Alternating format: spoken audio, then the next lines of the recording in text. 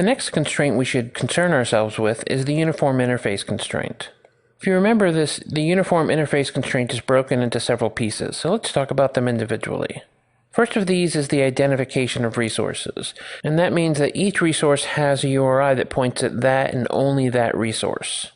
In this example, we can see from our API that a food with a particular number points at an individual food and will always point at that same food. Properties of that food may change over time, but the identification of an individual food won't change. Same with user diary. We're using one diary per day for that user, so this URI is going to point at just the individual diary. And the same for our diary entries. The next part of it is the manipulation of resources through representations. The idea here is that the same structures that are received through gets can also be used for posts, puts, deletes, patches. So that what you're going to get is going to be enough data to go ahead and make changes, whether that's a delete or a put or a patch, later on in the usefulness of the API. These same structures are going to be used over the standard HTTP verbs that represent the different kinds of operations. The next part is that the messages themselves are self-descriptive, and this includes some of the concepts around hypermedia as the engine of application state. What we mean by this is that the state of the object can be represented as links, and these links are going to give enough information that the user of the API should be able to discern what are the things that can be done with this representation of the entities on the server. So links become very important and a key element of what you're going to be building if you're going to support things like hypermedia. So what do links really look like? Here's an example result of a food. And in this case, we can see that part of the description of this food is going to be a set of links.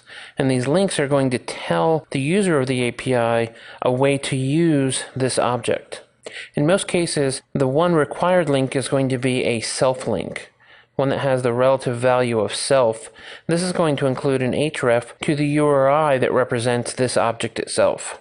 This gives the user the capability of doing things like issuing this URI and the delete in order to try to delete this element in the API if they are entitled to that operation.